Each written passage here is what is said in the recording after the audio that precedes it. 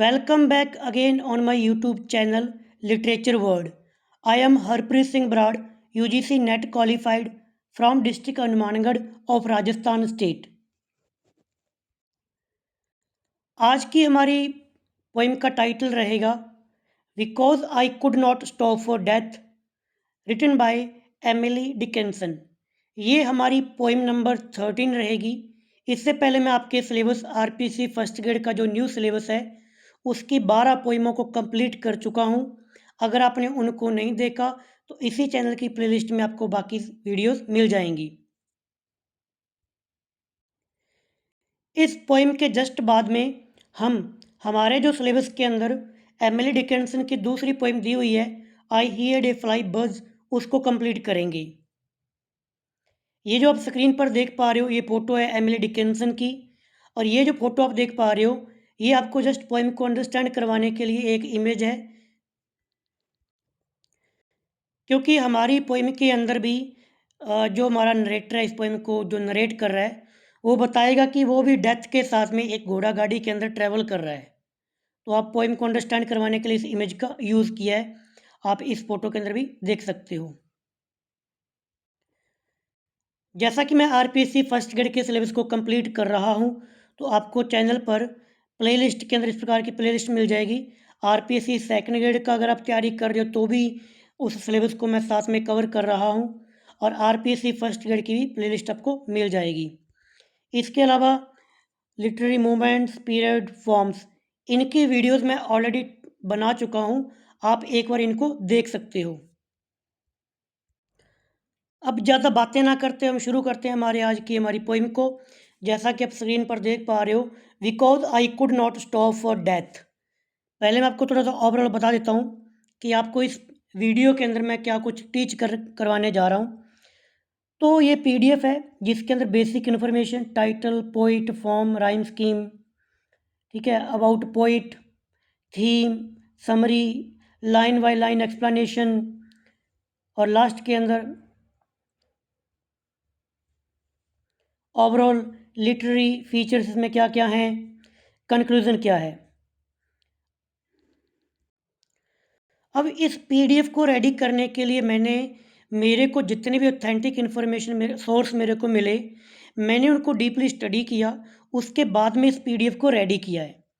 आपको मैं बाकी की पीडीएफ दिखा देता हूँ जहाँ से मैंने इस पोइम को रेडी किया है। सबसे पहले मैंने सोर्स यूज़ किया है विकीपीडिया का।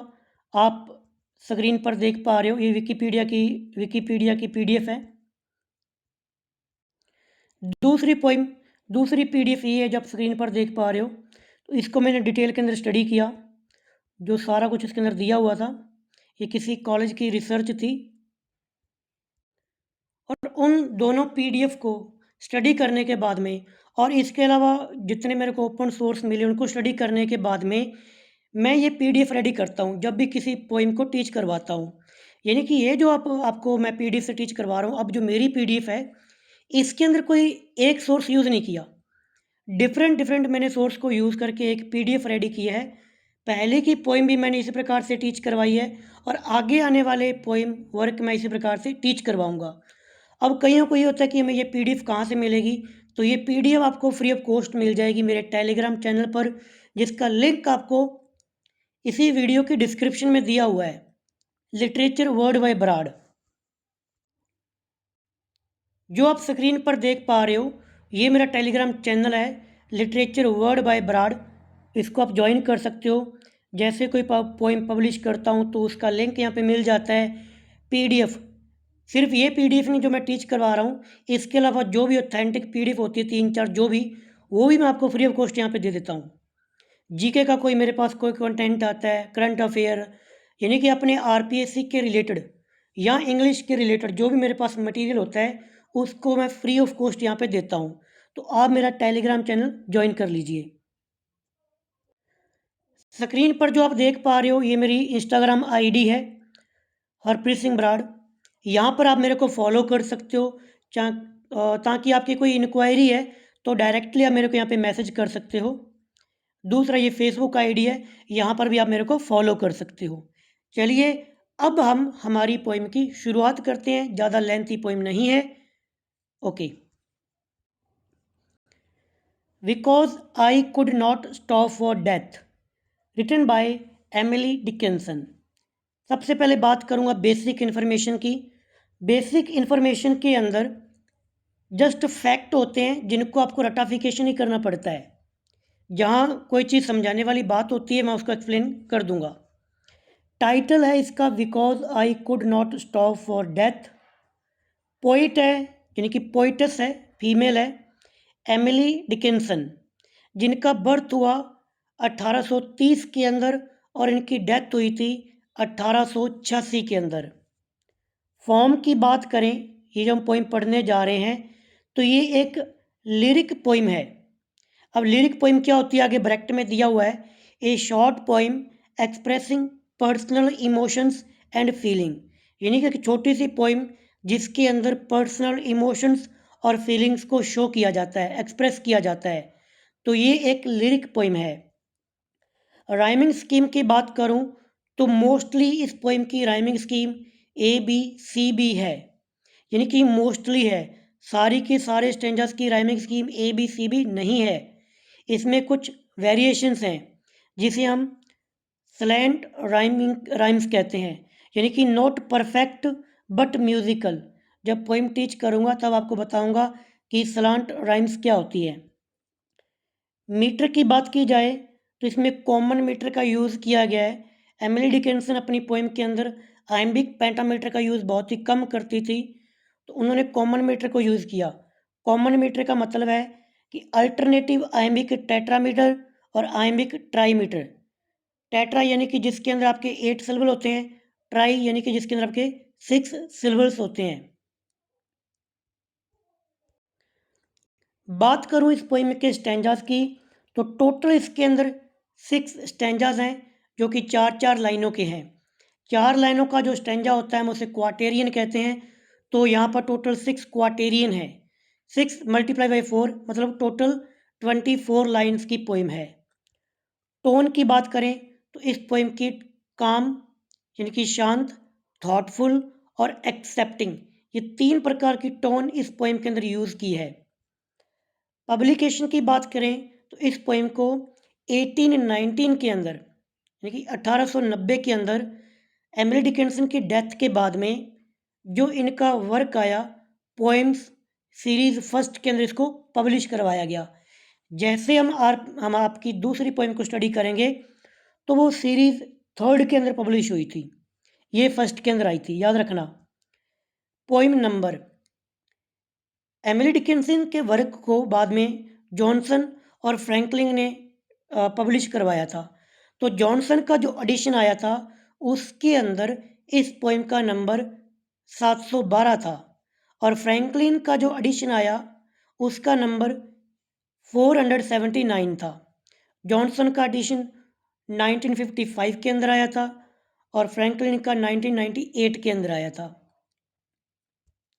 अब बात करते हैं टाइप की, तो ये एक एलागोरिकल और सिंबॉलिक जर्नी है, लाइफ टू एटर्निटी। एलागोरिक का मतलब होता है कि जब चीज़ कुछ और दिखाई जाए और उसका मीनिंग कुछ और हो। देखने को तो ये लगेगी कि कोई जैसे कोई इंसान किसी रथ के अंदर यात्रा कर रहा है, बट वो एक सिंबॉलिक है, एलागोरिकल है। जब हम पढ़ेंगे तब आपको समझ में आएगा। अब अबाउट द पोइट पढ़ने से पहले मैं थोड़ा सा पहले विकिपीडिया का फर्स्ट आर्टिकल पढ़ना चाहूँगा, क्योंकि कई बार क्या है कि आरपीएससी डायरेक्ट विकिपीडिया का जो फर्स्ट आर्टिकल होता है ना वहाँ से क्वेश्चन फ्रेम कर देता है। तो हम विकिपीडिया की स्लाइड पर चलते हैं। विकिपीडिया की स्लाइड से आपको ये भी कंफर्म हो जाएगा कि विकिपीडिया के अंदर जो इम्पोर्टेंट इन्फॉर्मेशन है उसी को मैंने अपनी पीडीएफ के अंदर इंक्लूड किया है। Because I could not stop for death, ये एक लिरिक पोइम है जिसको एमिली डिकिंसन ने लिखा है। First published posthumously in poems series first in 1890। तो ये मैंने आपको वहाँ पर बताया था। Dickinson's work were never authorised to be published, so it is unknown whether because I could not stop for death was completed और एवेंडेंड। यानी कि एमिली डिकिंसन के वर्क को इसको ऑथोराइज नहीं किया गया पब्लिश करने के लिए, जब इसको लिखा गया तो एमिली डिकिंसन ने जितनी भी पोएमें लिखी है ना 1800 के तकरीबन, तो उनका कोई भी ऐसा मोटिव नहीं था कि वो पब्लिश करवाएंगी। बाद में इन पोएमों को पब्लिश करवाया गया। तो हमें ये भी पता नहीं है कि भाई ये पोएम कंप्लीटेड है या फिर आधी अधूरी है। तो ये विकीपीडिया पर लिखा हुआ है कि ये कंप्लीटेड या फिर अबेंडन, इसकी कोई जानकारी नहीं है। The speaker of the Dickinson's poem meets personified death. इसका जो स्पीकर है वो डेथ से मिलता है। Death is a gentleman who is riding in the horse carriage. Death इसके अंदर एक जेंटलमैन के रूप में दिखाई गई है जो कि घोड़ा गाड़ी लेके आता है, उसको ही के रूप में दिखाया गया है। Death picks up the speaker in the poem and takes the speaker on the journey to the after life. और वो डेथ रूपी जो जेंटलमैन है वो घोड़ा गाड़ी के अंदर एमिली डिकिंसन को बिठाता है, स्पीकर को, और उसको आफ्टर लाइफ यानी कि डेथ के बाद की यात्रा करवाता है। According to Thomas H Johnson, जिसने मैंने यहाँ पे आपको जॉनसन लिखा था ना, उनका पूरा नाम है थॉमस एच जॉनसन, जो कि वैरियोमर के एडिशन था उनका 1955 के अंदर आया था। उसके अंदर ये नंबरिंग 17712 थी। ये समरी दी हुई है तो हमें इसको पढ़ने की ज़रूरत नहीं है। समरी के अंदर भी वही बातें बताई हुई है कि जो मैंने अभी वहाँ पे शॉर्ट के अंदर देखा था। बट एक बात यहाँ पे इम्पोर्टेंट है कि एमिली डिकिंसन के वर्क को उनकी डेथ के बाद में मावेल लूमिस टोड, जिसे शॉर्ट में मावेल टोड कहते हैं, और थॉमस वेंटवर्थ हिगिंसन, जिसे शॉर्ट के अंदर थॉमस हिगिंसन के नाम से जानते हैं, ये इनके काफ़ी करीबी थे। इन्होंने ही बाद में एमिली डिकिंसन के वर्क को पब्लिश करवाया था। तो उन्होंने इस पोइम का टाइटल दिया था द चैरियट। ये इन्फॉर्मेशन वहाँ पे मैं इंक्लूड करना भूल चुका हूँ, सॉरी इसके लिए। ये आप साथ में याद रखना कि इसका टाइटल क्या था, द चैरियट। इसके अलावा जो इन्फॉर्मेशन है, समरी है इसके अंदर, समरी हम वहाँ पर भी देखेंगे। ये टेक्स्ट है, ये ओरिजिनल टेक्स्ट है इस साइड वाला, और ये चैरियट का टेक्स्ट है। कुछ चेंजेस हैं इसके अंदर। इसके बाद में ये क्रिटिक इंटरप्रिटेशन आपको पढ़ने की ज़रूरत नहीं है, जो जो इंपॉर्टेंट चीज़ें मैंने वहाँ पे इंक्लूड कर दी है। इसके बाद में म्यूजिकल सेटिंग है और लास्ट में रेफरेंस है। तो ये टोटल विकीपीडिया का आर्टिकल वहाँ पर आपको जस्ट की फैक्ट में मिल जाएगा। चलिए हम वापस हमारी पीडीएफ पर आ चुके हैं। हमने टाइप तक पढ़ लिया था। आगे है अबाउट द पोइट। पोइट के बारे में बताने से पहले मैं आपको बता देता हूँ कि मैंने जितनी भी वीडियोस को पहले रिकॉर्ड किया या आगे रिकॉर्ड करूँगा या फिर इसको जो रिकॉर्ड कर रहा हूँ, हो सकता है कि मेरी वीडियो की लेंथ ज़्यादा रहे, 1 घंटा या 1 घंटे से प्लस। रीज़न ये है कि मैं आपको अकेली शॉर्ट समरी नहीं बता रहा हूँ। अगर वो बतानी होती तो मेरी वीडियो 10 से 20 मिनट में बन जाती, होता 5-7 मिनट में बन जाती। बट आपको कंप्लीट इन्फॉर्मेशन मिल रही है, एक क्रिटिकल एनालिसिस आपको मिल रहा है जिसके अंदर हर एक पॉइंट आपको दिया गया है, और साथ में मेरे को उसको एक्सप्लेन भी करना है। इस कारण वीडियो की लेंथ ज़्यादा रह सकती है, बट मैटर बहुत आपके काम का है। चलिए हम बात करते हैं अबाउट पोइट की। पोइट नहीं, मैं कहूँगा पोइटस, क्योंकि हमारा जो इस पोइम को लिखने वाला जो राइटर है वो पोइटस है, फीमेल है। ओके, डिटेल के अंदर बात नहीं करेंगे क्योंकि हम जस्ट पोइम को पढ़ेंगे। डिटेल में अलग से एक वीडियो आप कहीं पे देख सकते हो एमिली डिकिंसन के बारे में। बट उन पॉइंटों को मैं ज़रूर हाईलाइट कर दूंगा जो हमारी इस पोइम से रिलेटेड हैं। एमिली डिकिंसन, पहला पॉइंट है, Emily Dickinson was an American poet. तो ये अमेरिकन लिटरेचर आप पढ़ रहे हो, यानी कि हमारे सिलेबस में अब यहाँ पे अमेरिकन लिटरेचर की पोइट्स को इंक्लूड किया गया है। बॉर्न इन एमहर्स्ट मैसेचुसेट्स, अब ये जगह आपको याद रखने की ज़रूरत नहीं है। She lived in quiet and repulsive. Reclusive, reclusive मतलब एकांत प्रिय। Life rarely stepping outside her home. सीधी सी बात है कि एमिली डिकिंसन ज़्यादातर टाइम अपने घर में ही गुजारती थी, बाहर ज़्यादा आती जाती नहीं थी। Point number 2, she wrote nearly 1800 poems. इन्होंने लगभग 1800 पोइमों को लिखा है। Most discovered after her death, ज़्यादा पोइमों की डिस्कवरी इनकी डेथ के बाद में हुई है। Her poetry often centre on death, nature, immortality, the soul and inner life. Emily Dickinson की पोइम ज़्यादातर कहाँ पे सेंटर होती है? डेथ पर, नेचर पर, इमॉर्टलिटी, सॉल और इनर लाइफ पर। Point number third, her style is unique. इनका स्टाइल काफ़ी यूनिक है। She used short lines, slant rhyme. अब ये सारी की सारी बातें हमारी इस पोइम के अंदर भी हैं।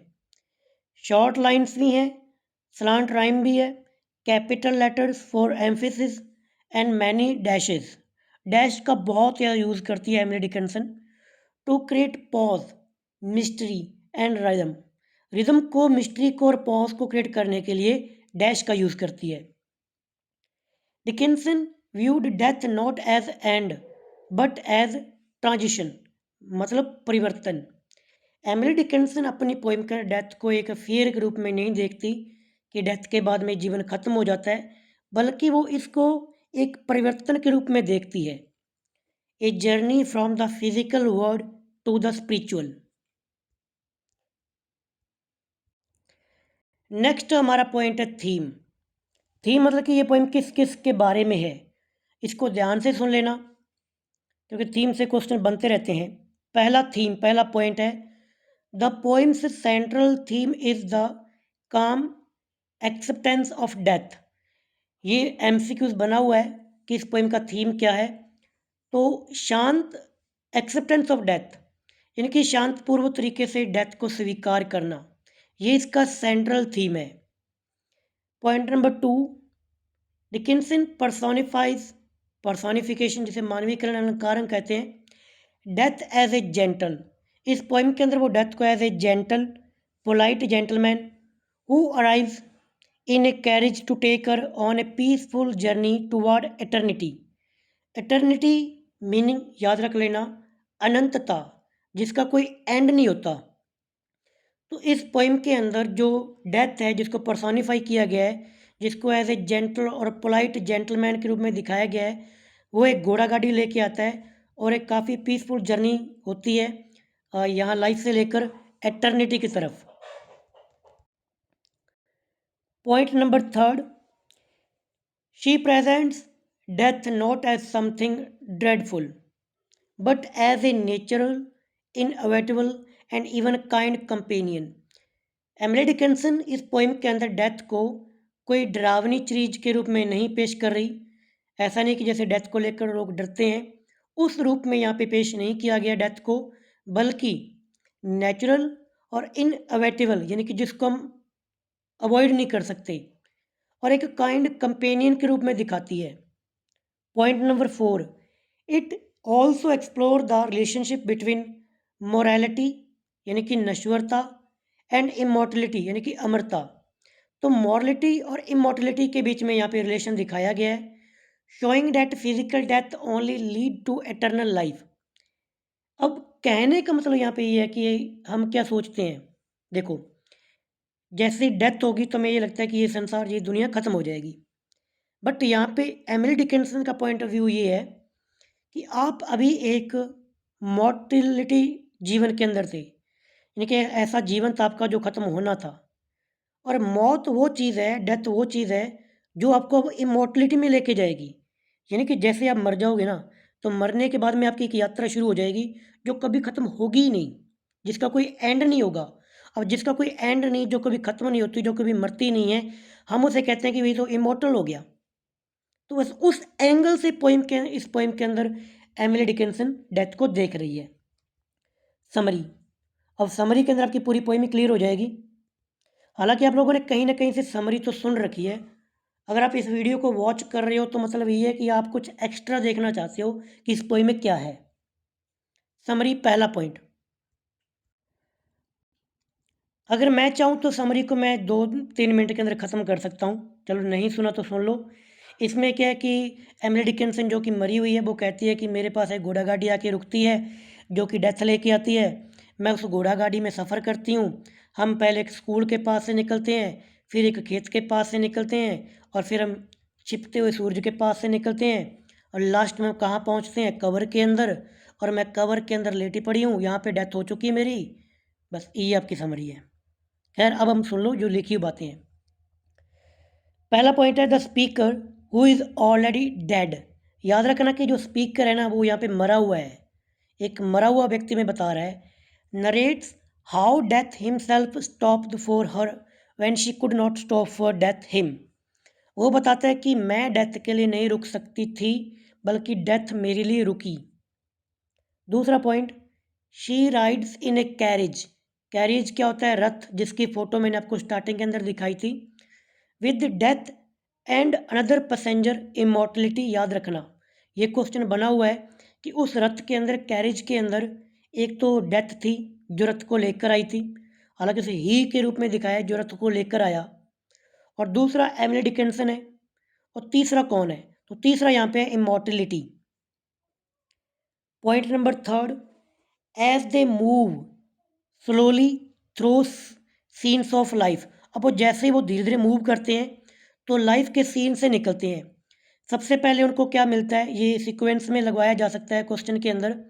पहले चिल्ड्रन प्लेइंग, बच्चे खेलते हुए स्कूल के अंदर। उसके बाद में रिपन्ड ग्रेन यानी कि पका हुआ अनाज। तीसरा सेटिंग सन यानी कि छिपता हुआ सूरज। She realise she is living the earthly world. अब ये इस प्रकार से दिखाया गया जैसे वो इस संसार को छोड़ के जा रही है। ये तीनों ही सिंबल हैं, इसके बारे में आगे बात करूँगा कि खेलते हुए बच्चे, पका हुआ अनाज, छिपता हुआ सूरज, ये किस चीज़ को रिप्रेजेंट करते हैं, हम आगे बात करेंगे। Finally they stopped before a house. Last में वो एक घर के पास रुकते हैं। यहाँ पे घर एक सिंबल है ग्रेव का, कवर का। एंड सेंचुरीज लेटर, अब शताब्दियाँ बीत चुकी हैं। She feels that moment was just like yesterday. ये जो जिसकी वो यात्रा की बात कर रही है, उसे वो ऐसा लगता है कि जैसे कल की बात है, क्योंकि आफ्टर डेथ टाइम यहाँ पे एग्जिस्ट नहीं करता। As her journey towards eternity continues forever. और दोबारा से ये यात्रा चलती रहती है। अब हमारी लाइन बाय लाइन एक्सप्लेनेशन आ चुकी है। कोई ज़्यादा कॉम्प्लिकेटेड नहीं है, बिल्कुल आराम से इसको सुनना। कुछ एक्स्ट्रा चीज़ें मैं आपको बताऊंगा। तो इसकी स्टार्टिंग होती है विकॉज। अब विकॉज जो शब्द स्टार्टिंग के अंदर लगा है ना, तो ऐसे लग रहा है जैसे कोई किसी चीज़ की एक्सप्लेनेशन दे रहा है, या जैसे किसी ने किसी से सवाल किया, क्वेश्चन किया, और आप उसका रिप्लाई कर रहे हो। मतलब बिल्कुल आराम से। Because I could not, could past में आता है कैपेसिटी दिखाने के लिए। आई कुड नॉट स्टॉप, मैं नहीं रुक सकती थी या मैं नहीं रुक सकी। फॉर डेथ, क्योंकि मैं डेथ के लिए नहीं रुक सकी। ये दिखा रहा है कि जैसे पोइटस कहीं ना कहीं बिजी थी, उसने खुद ने सेलेक्ट नहीं किया कि डेथ मेरे पास आए। वो तो अपनी ज़िंदगी में कहीं ना कहीं बिजी चल रही थी, और लाइफ अपने आप आई, सॉरी डेथ अपने आप आई। Because I could not stop for death. और बता दूं कि एमिली डिकिंसन की ज़्यादातर पोइमों के टाइटल नहीं होते, तो उनकी फर्स्ट लाइन को एक टाइटल बनाया जाता है। Okay, because I could not stop for death, ही ही यानी कि डेथ के लिए आया है, तो डेथ को पर्सोनिफाई किया हुआ है। ही काइंडली, काइंडली वर्ड शो कर रहा है कि बिल्कुल काइंड तरीके से। स्टॉप्ड, रुकी, फॉर मी। तो पोइटस कह रही है कि मैं डेथ के लिए नहीं रुक सकती थी, बल्कि डेथ मेरे लिए बड़ी काइंडली तरीके से रुकी। द कैरिज यानी कि वो एक घोड़ा गाड़ी लेके आई थी। द कैरिज हेल्ड, मतलब वो घोड़ा गाड़ी रुकी, या उस घोड़ा गाड़ी के अंदर थे कौन कौन थे? Held but just ourself यानी कि डेथ और एमिली डिकिंसन दोनों उस रथ के अंदर थे। एंड इमोर्टलिटी, और तीसरा कौन था? इमोर्टलिटी यानी कि नश्वरता, यानी कि अमरता, सॉरी, जो कभी खत्म नहीं होगी। अब इस पोएम में देखो आप, ये 4 लाइनों को देखो। पहला स्टैंजा है, 4 लाइनें हैं, यानी क्वाटेरियन है। पहली लाइन की लेंथ थोड़ी सी ज़्यादा लेंथी है, यानी कि यहाँ पर कौन सा मीटर यूज़ हुआ है? टेट्रामीटर का यूज़ हुआ है। दूसरी लाइन थोड़ी सी छोटी है, यहाँ पे ट्राईमीटर है, फिर टेट्रा, फिर ट्राई। राइमिंग स्कीम आप देखोगे तो देखो, इसमें तो डेथ है, डेथ को हम ए के रूप में रिप्रेजेंट करते हैं, ए। फिर है मी यानी कि बी के रूप में। अवर सेल्फ का डेथ से कोई मीनिंग नहीं मैच हो रहा, तो यहाँ पे हम कहेंगे ए बी सी। बट मी को इमोर्टलिटी जस्ट साउंड से रिप्रेजेंट किया गया। ऐसा नहीं है कि यहाँ पर मी है और यहाँ पर भी मी जैसा कोई साउंड आए, जस्ट ई का साउंड आ रहा है। इसे बोलते हैं स्लैंट राइम, यानी कि परफेक्ट नहीं है बट म्यूजिक देने के लिए। जैसे कि हम बोलते हैं ना, अब मैं बोलूँगा stop the for me immortality, तो ई साउंड रिपीट हो रहा है, ये होती है स्लैंट राइमिंग। और एमिली डिकिंसन की पोइम के अंदर ये देखने को मिलती है। इसके अलावा आपको दिख रहा है, देखो डेथ का डी कैपिटल है, बी का बिकॉज, ही का एच, कैरिज का सी, आवर सेल्फ का ओ, इमोर्टलिटी का और एंड का ए और आई, यानी कि लेटर कैपिटल यूज़ किए गए हैं। तीस उसके अलावा यहाँ पे देखो डैश लगा हुआ है, यहाँ पर डैश लगा हुआ है, यहाँ पर डैश है, तो डैश का बहुत ज़्यादा यूज़ किया गया है पॉज को शो करने के लिए। इसी प्रकार से अब हर एक स्टेंजा में ये चीज़ें आएंगी। इनको बाकी स्टेंजा के अंदर मैं नहीं बताऊंगा कि डैश है, कैपिटल है, ये हर एक स्टेंजा के अंदर ऐसे ही है। अब हम पढ़ते हैं कि इस पोइम के इस 4 लाइनों के अंदर क्या था। The poem begins with the word because, making it sound like a calm explanation nor fear, यानी कि ये बिकॉज शो करता है कि यहाँ पे कोई फियर शो नहीं हो रहा, बल्कि एक शांतिपूर्वक तरीके से कोई बंदा, नरेटर हमारा, एक्सप्लेन कर रहा है। द स्पीकर सेज, स्पीकर ये कहता है, she was too busy to stop for death, मृत्यु के लिए वो काफ़ी बिजी था।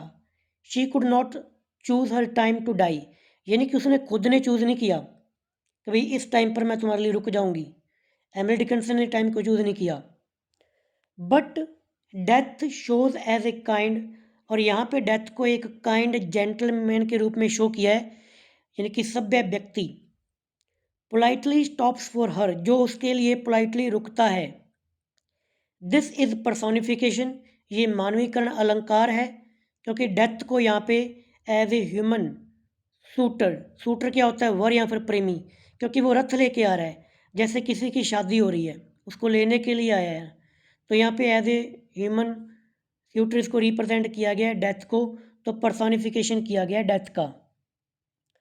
द कैरिज, यहाँ पे जो रथ आया है ये रिप्रेजेंट करता है जर्नी ऑफ सोल, यानी कि अब डेथ के बाद में तो आत्मा ही यात्रा करेगी ना, journey of the soul, carrying ourself the poet and death. Ourself word किन के लिए आया, द पोइट और डेथ के लिए, एंड इमोर्टलिटी और अमरत्व, तो 3 बंदे उस रथ के अंदर यात्रा कर रहे हैं, याद रखना। Point number 4, this suggest the journey from mortal life to eternal existence, क्योंकि डेथ से जस्ट पहले जब व्यक्ति जिंदा है तो एक मॉर्टल लाइफ के अंदर है, और डेथ के बाद में वो एटर्नल जो एग्जिस्टेंस है उसकी यात्रा कर रहा है। Point number 4, tone. अब इस स्टेंजा की टोन कैसी है, जेंटल और एक्सेप्टिंग, क्योंकि वो टोन ऐसी है ना कि वो आराम से आया तो मैं उसके साथ जा रही हूँ, रथ के अंदर यात्रा कर रही हूँ। जो लिटरेरी डिवाइस यहाँ पे यूज़ हुई है, पॉइंट नंबर 6, पर्सोनिफिकेशन है, death as a polite man. Symbol का यूज़ किया है, क्योंकि जो कैरिज यहाँ पे है ना, वो सिंबल है पैसेज टू एटर्निटी का, एक ऐसा रास्ता जो एटर्निटी की तरफ जाता है। एटर्निटी, एटर्निटी का मतलब होता है कि जिसका कोई एंड ही नहीं है। तो हमारा फर्स्ट स्टेंजा कंप्लीट हुआ, टोटल 6 स्टेंजाज हैं।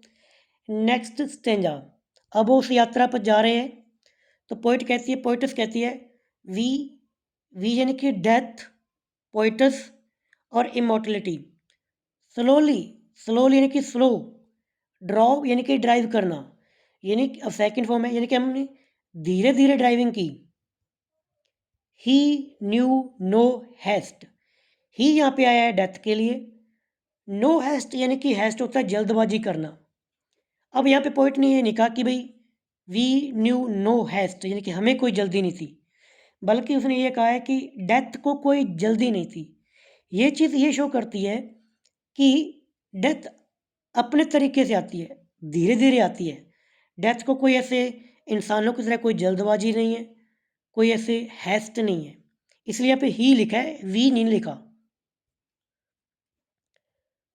तो जब वो यात्रा कर रहे हैं तो पोइटस कहती है and I had put away वैसे होता है उतार देना या साइड में रख देना, फ्रेजल वर्ब है पुट अवे, साइड में रखना। I had put away my लेवर यानी कि जो भी काम काज थे दुनियादारी के, एंड माई लेजर होता है आराम। तो जब हम जिंदा होते हैं हम काम करते हैं और आराम करते हैं, तो पोइटस कह रही है कि मैंने इन दोनों चीज़ों को साइड में रख दिया, यानी कि अब उसका कोई कनेक्शन नहीं है इस वर्डली चीज़ों से, काम करना और आराम करना, क्योंकि अब तो उसकी डेथ हो चुकी है, क्योंकि ये एक मरा हुआ इंसान बता रहा है। For his civility, civility word है जैसे कि जैसे हम कहते हैं ये सिविल वर्ड से है, जैसे हम सिविल सर्विस कहते हैं, एक अच्छी जो सभ्य सेवाएं होती है। तो हिज सिविलिटी यानी कि डेथ की जो सभ्यता थी कि वो पोलाइटली आके मेरे लिए रुकी, उसके लिए मैंने जो भी दुनियावी चीज़ें थी, लेबर कामकाज और लेज़र आराम की चीज़ें और काम की चीज़ें सारी छोड़ दी, पुट अवे कर दी। अभी नीचे से स्टैंजा को समझाया गया है, इसी प्रकार से मैं बाकी पोइम को टीच करवाऊंगा, बाकी वर्क को टीच करवाऊंगा। पीडीएफ के अंदर आप ये चीज़ें आराम से बाद में पढ़ सकते हो। पहला पॉइंट अब इस स्टैंजा में क्या है, द कैरेज मूव्ड स्लोली, धीरे धीरे, ही न्यूज नो हैस्ट, मैंने कि जल्दबाजी नहीं थी।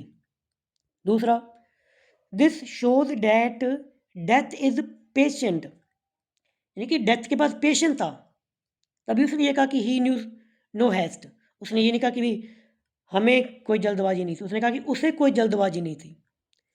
There is no hurry in dying, यानी कि मरने में कोई यहाँ पे जल्दबाजी नहीं।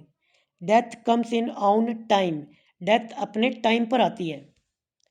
Point number third, the speaker says she has put away her labour, यानी कि काम, एंड लेजर यानी कि आराम, meaning she has left behind all duties and pleasures of life, यानी कि इस जीवन की जितनी ड्यूटीज़ हैं, जितने भी प्लेजर्स हैं, उनको पोइट्स ने पीछे छोड़ दिया।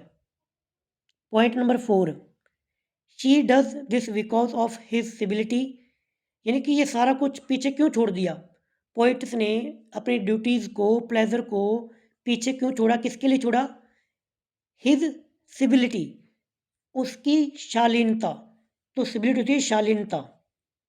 हिज पोलाइटनेस एंड रिक्वेस्ट, तो डेथ की पोलाइटनेस, रिक्वेस्ट, रिस्पेक्ट और सिविलिटी, इन तीनों चीज़ों के लिए पोइट्स ने अपनी दुनियावी ड्यूटीज़ को और प्लेजर को पीछे छोड़ दिया।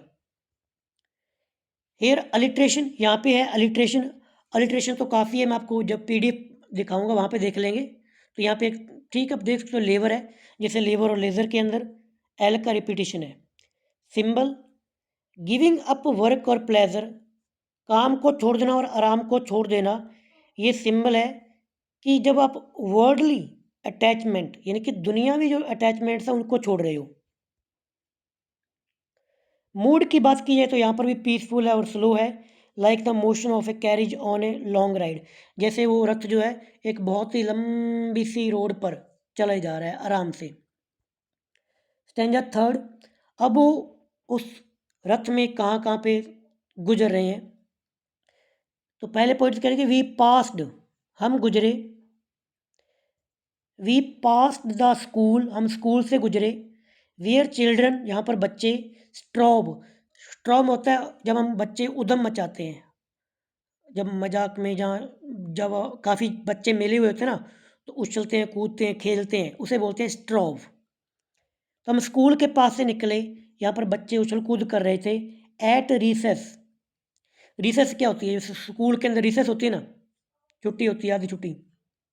इन द रिंग, अब रिंग यहाँ पे ये चाहे तो ये कह लो कि स्कूल की जो बाउंड्री थी उस रिंग के अंदर बच्चे खेल कूद कर रहे थे, बट एक मीनिंग और भी निकलेगा, रिंग यानी कि चक्कर, चक्कर यानी कि ये लाइफ का सर्कल है जिसमें बच्चे उछल कूद कर रहे हैं।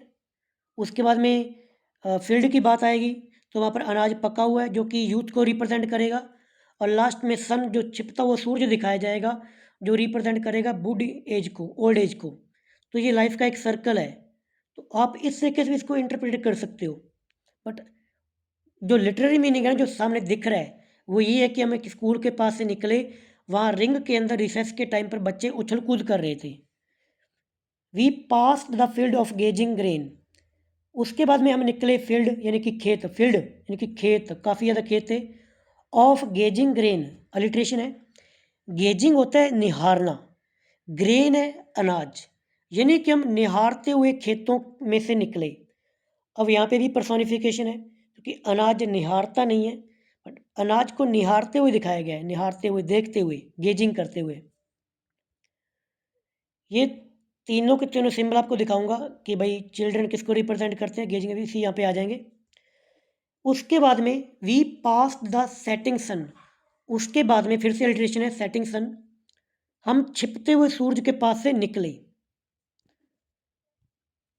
तो यहाँ पे पॉइंट क्या कह रहा है, पहला पॉइंट है now the journey passes 3 scene, यहाँ पे जर्नी 3 सीन से पास हो रही है। पूछा जा सकता है कितने सीन है, 3। Each symbol a stage of life, यहाँ पे हर एक सीन स्टेज की लाइफ का सिंबल है। पहला स्कूल विद चिल्ड्रन, बच्चे खेलते हुए, जो रिप्रेजेंट करता है चाइल्डहुड को, यानी कि full of energy and innocence. दूसरा फील्ड्स ऑफ गेजिंग ग्रेन, यानी धान या गेहूं के खेत, जो रिप्रेजेंट करते हैं, क्योंकि अनाज है ना, तो अनाज पक चुका है तभी तो वो अनाज है, वरना अकेले पौधे होते छोटे छोटे। ये रिप्रेजेंट करता है अडल्टहुड को, when one works and grows, जब कोई आदमी काम करता है और ग्रो करता है, यानी कि दूसरी स्टेज। तीसरा सेटिंग सन, यानी कि डूबता हुआ सूरज, ये ओल्ड एज को और डेथ को रिप्रेजेंट करता है, कोई चीज़ डूब रही है, ढल रही है, यानी ख़त्म हो रही है, ओल्ड एज और डेथ को। When life begins to fade, जब लाइफ फेड होना शुरू हो जाती है, बुढ़ापा जब आता है। तो तीनों पॉइंट सीक्वेंस के अंदर, और कौन सा किस चीज़ का सिंबल है याद रखना। रिपीटेशन ऑफ वी पास्ट, अब इस स्टैंजा में आप देखोगे तो 3 लाइनों के आगे we passed we passed we passed लगा है, जो कि एग्जाम्पल है एनाफोरा का। जब कोई 2 वर्ड या 2 से ज़्यादा किसी लाइनों के आगे आते हैं, 2 या 2 से ज़्यादा लाइनों के, तो वो एनाफोरा होता है। पीछे आए तो वो एपीफोरा होता है। तो यहाँ पर एनाफोरा का यूज़ किया गया है, रिपीटेशन भी है ये। Point number 6, the image here are visual imagery, तो यहाँ पर एक विजुअल इमेजरी क्रिएट हो रही है। जैसे स्कूल के अंदर बच्चे खेल रहे हैं, खेतों के अंदर अनाज पका हुआ है, सूरज छिप रहा है। We can see the school field and sunset clearly in our mind, तो यहाँ पे इमेजरी का यूज़ हुआ है। Point number 7, this stanza reflect the whole cycle of life, तो ये स्टेंजा कौन सा याद रखना, थर्ड स्टेंजा किसको रिप्रेजेंट करता है, होल साइकिल ऑफ लाइफ को। पूछा जा सकता है कौन से स्टेंजा के अंदर साइकिल ऑफ लाइफ को दिखाया गया है, from childhood to close age, यानी कि डेथ। फोर्थ स्टेंजा, अब उसने कहा कि हम सूरज के पास से निकले, यहाँ पे एकदम से एक चेंज दिखाया गया है स्टेंजा फोर्थ के अंदर। और रेदर ही पास्ड अस, पहले पोइट ने ये कहा, पोइट्स ने, कि भाई हम सूरज के पास से निकले। अब वो बोल रही है कि नहीं, सूरज हमारे पास से निकला। यहाँ पे जो ही आया वो सूरज के लिए आया, सन के लिए, वो हमारे पास से निकला। अब जैसे सूरज ढल गया, रात आएगी, तो रात में क्या होता है, नमी होती है, ठंड भी होती है। तो लिटररी मीनिंग तो ये दिख रहा है, अब रात का सीन आ रहा है। द ड्यूज, ड्यूज क्या होती है, जो ड्यूज होती है ना, ओस की बूंदें। The dews drew quivering and chill, यानी कि ओस की बूंदें जब पड़ रही थी तो क्विरिंग, कंपा देने वाली, और चिल, ठंडी थी। फॉर ओनली गॉजमर, यहाँ पे वर्ड है गॉजमर। गॉजमर एक पतला कपड़ा होता है। माई गाउन, मैंने जो गाउन पहना है वो एक पतला सा कपड़ा था। माई टिप्पेट, टिप्पेट होता है जिसे हम छावल बोलते हैं, छौल, कंधे पर रखने वाला। ओनली टूले, टूले होता है जाली का, टूले टूल होता है, टूल जाली का बना हुआ। तो यहाँ पर पोइटस कह रही है कि मैंने काफ़ी पतले से कपड़े पहन रखे थे। ये जो गॉजमर होता है ना, ये शादी के टाइम पे पहना जाता है, काफ़ी पतला सा कपड़ा होता है, सफ़ेद कलर का, और जैसे वो शादी के टाइम पे पहनते हैं, वो पहन रखा था। आप लोगों ने जब क्रिश्चियनिटी के अंदर शादी होती है, पतला सा जालीदार कपड़ा पहनते हैं ना, वही है ये। अब ये तो लिटररी मीनिंग है। सिम्बोलिकली ये भी है कि अब जैसे डेथ आ चुकी है, क्योंकि सूरज ढल चुका है ना, तो उसके बाद में शरीर ठंडा पड़ जाता है, काफ़ी ग्लूमी सी इमेज यहाँ पे बन रही है एक प्रकार की। ये इसका सिम्बॉलिक और हिडन मीनिंग है जो आपको बता रहा हूँ। ऊपर से देखने पर लग रहा है कि रात हो गई है, ओस की बूंदें पड़ रही है, ठंडी है, वही यात्रा उनकी चल रही है। बट अब ये सीन क्रिएट करना यानी कि डेथ हो चुकी है। अब डेथ का पूरा यहाँ पे काबू हो चुका है, काबू कर लिया डेथ ने। अब यहाँ पर एक चीज़ देखो, स्लैंट राइम आप यहाँ पर देख सकते हो। जैसे यहाँ पे चिल है, चिल में लय आ गया और टुल में लय आ गया। हालांकि वैसे राइमिंग नहीं है, कहाँ चिल और कहाँ टुल, बट ल ल साउंड है तो आधी अधूरी सी आपकी रिदम बन रही है, इसलिए ये स्लैंट राइमिंग है। बट वैसे ये है A B C, A B C B.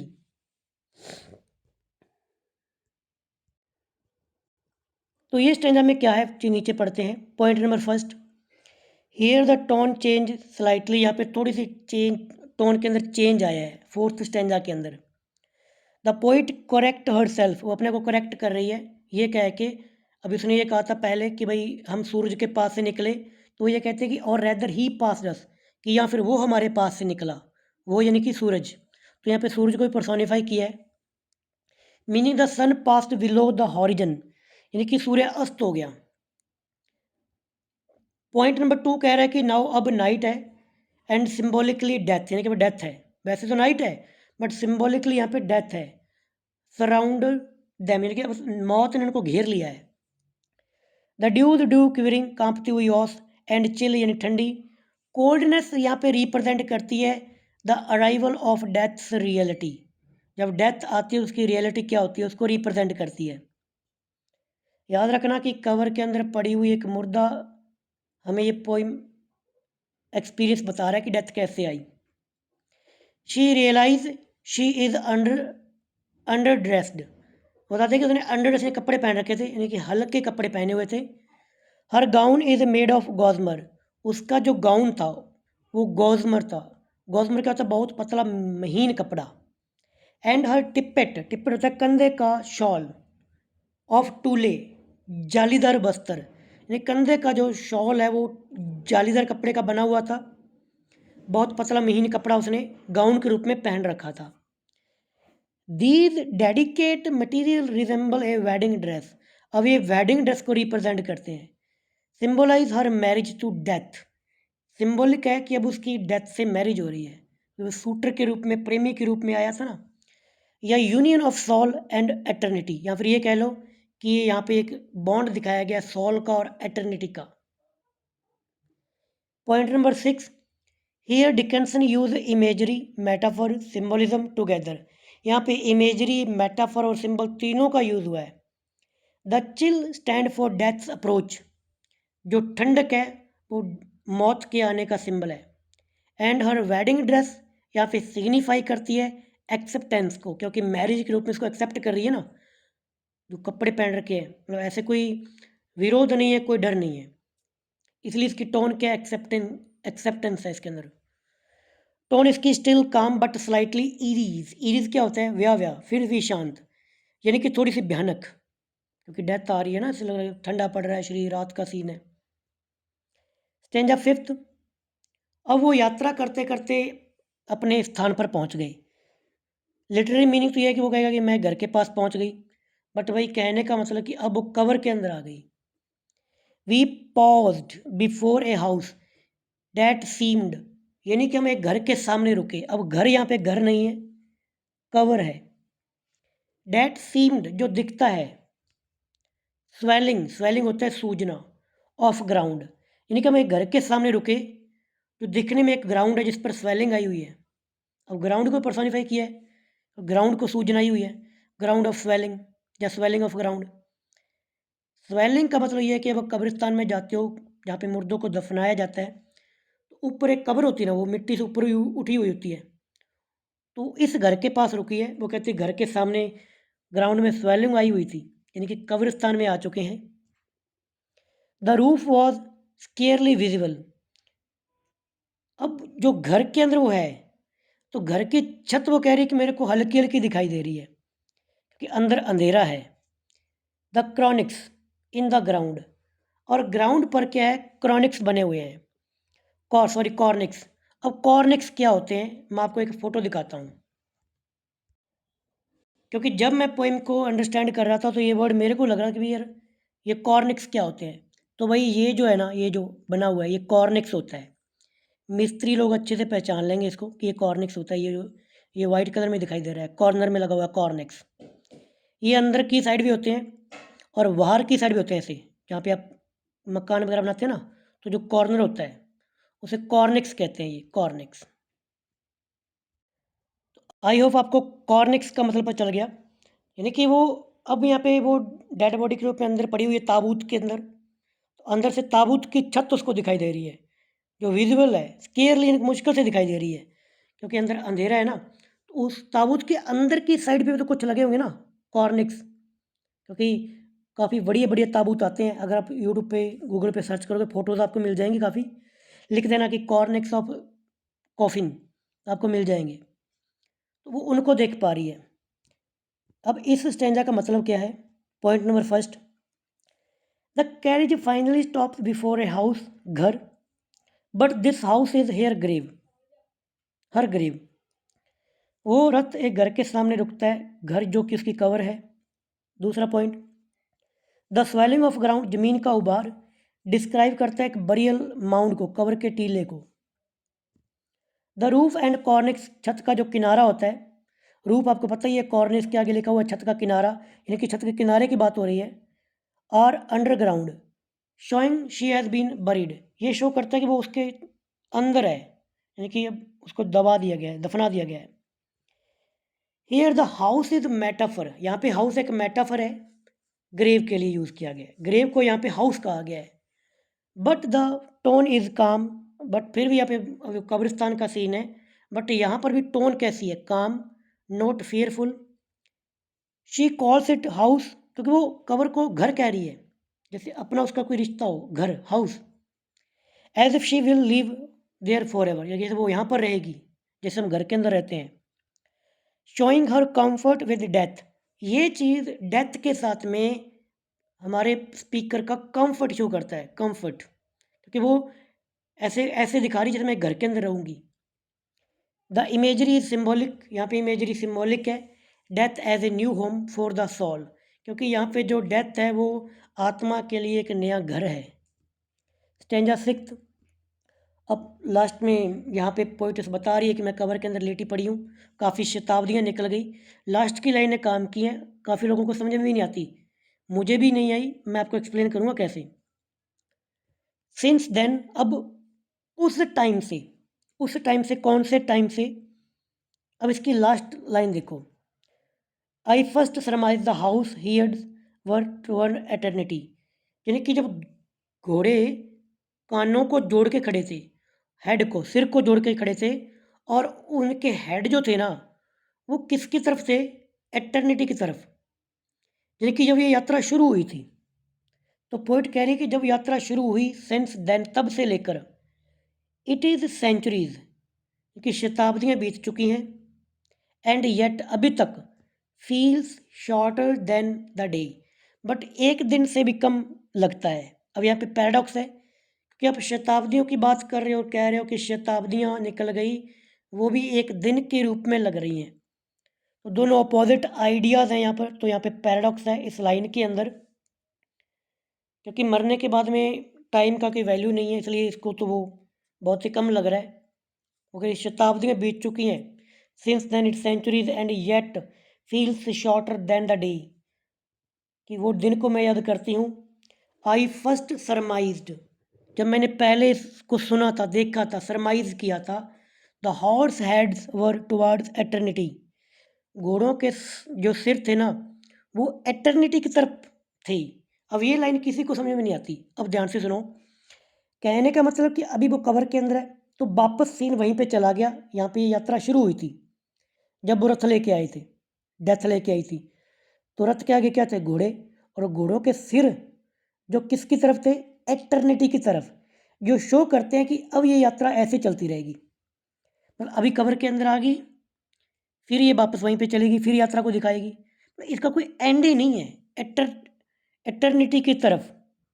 या फिर ये कह लो कि अभी यहाँ पे पोइटिस अब इसके बाद में आगे की यात्रा को एक्सप्लेन कर नहीं पा रही, तो आगे क्या है, क्योंकि वो अनंत में ये यात्रा चलती जाएगी, इस यात्रा का कोई एंड है ही नहीं। अगर तो यहाँ पे रुक जाती वो आके, कि मैं यहाँ इस कवर के अंदर पड़ी हुई हूँ और पोएम यहाँ पे ख़त्म होती है, तो फिर तो उसका एंड हो गया ना उस यात्रा का।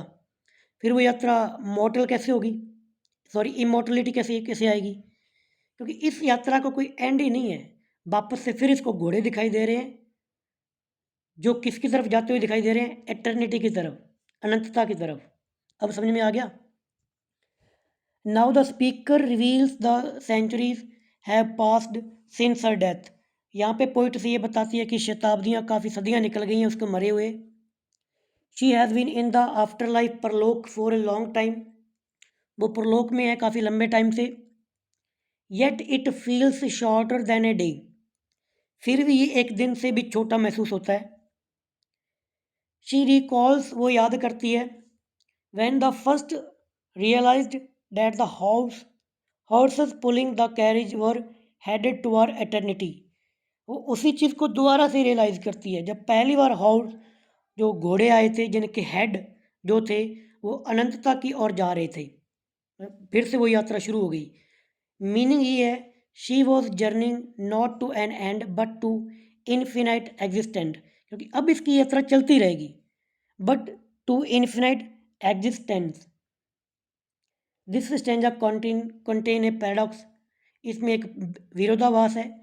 Centuries feel shorter than a day, showing that the time loses meaning in the eternity.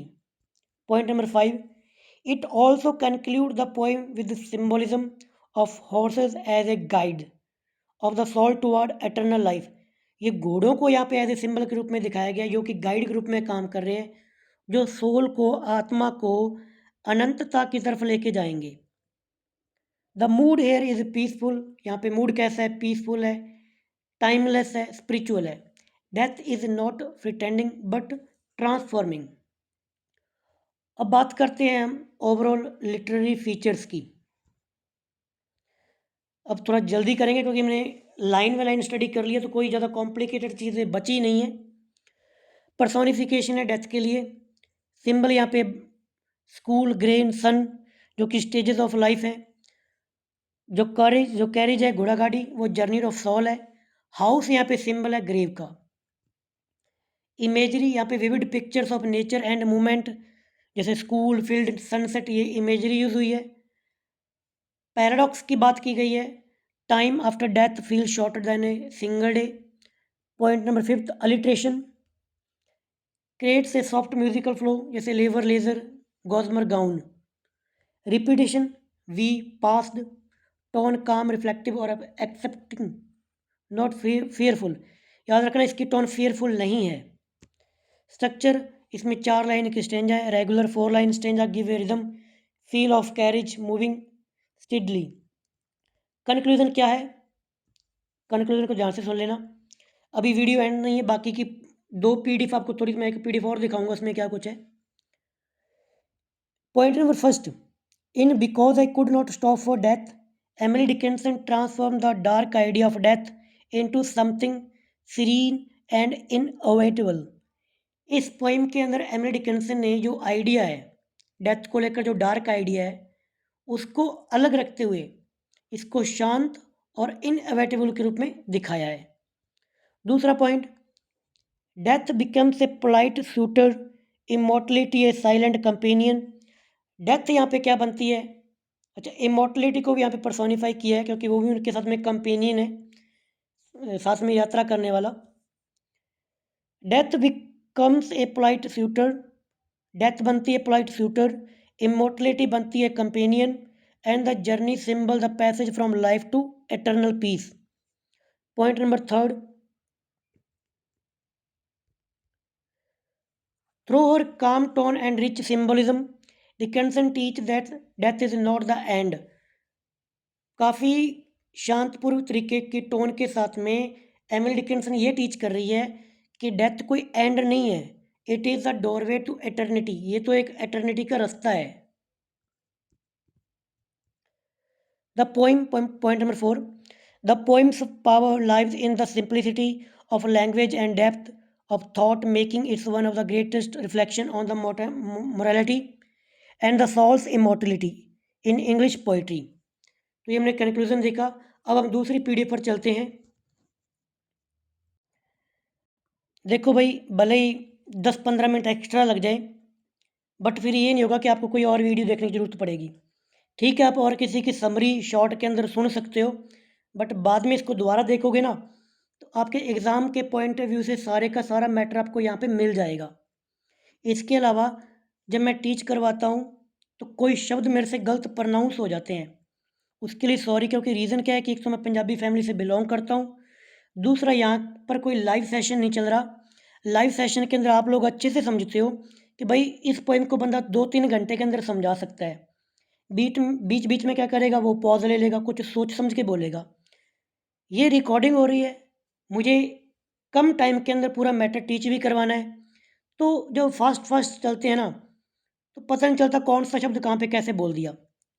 Minor C mistake कभी कभी आती है, तो उसको आप इश्यू मत बनाया करो, उसके लिए सॉरी। ठीक है, खैर हम बात करते हैं इस पीडीएफ के अंदर क्या है।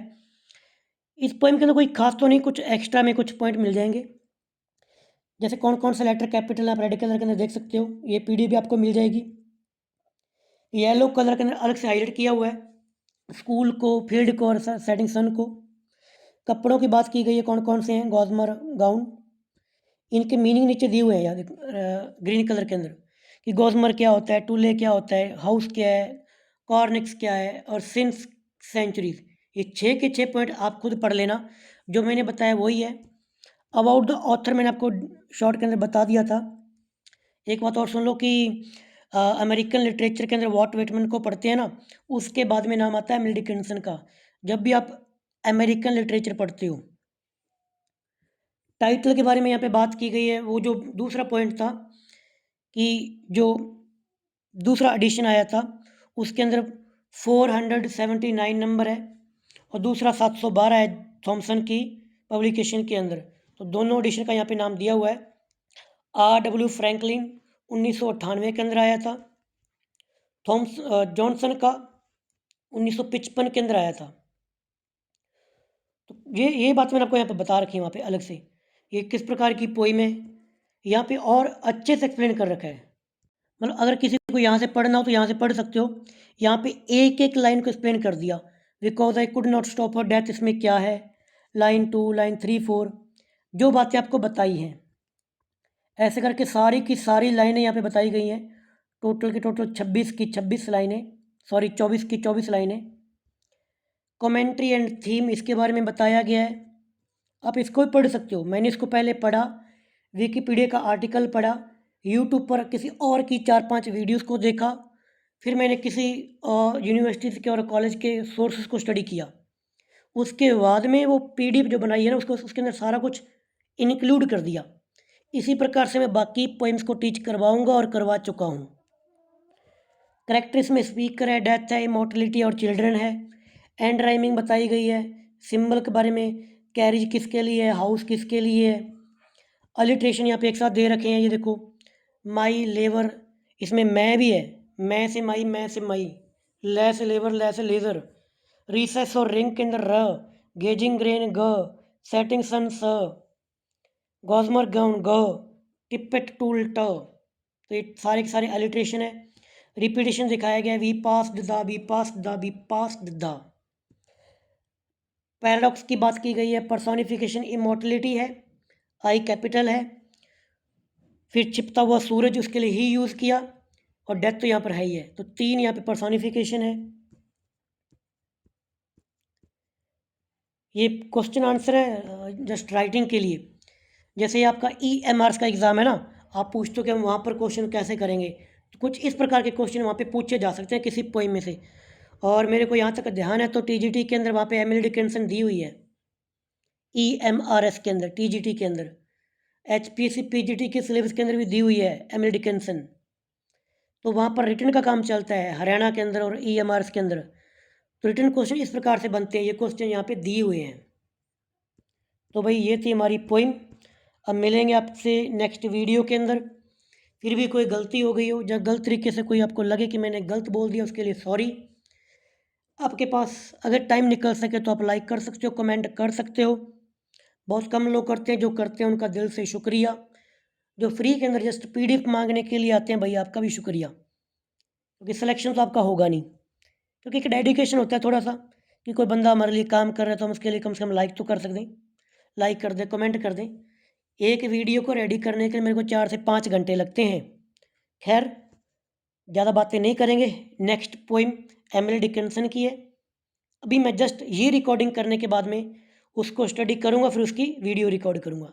Thank you, bye bye, take care.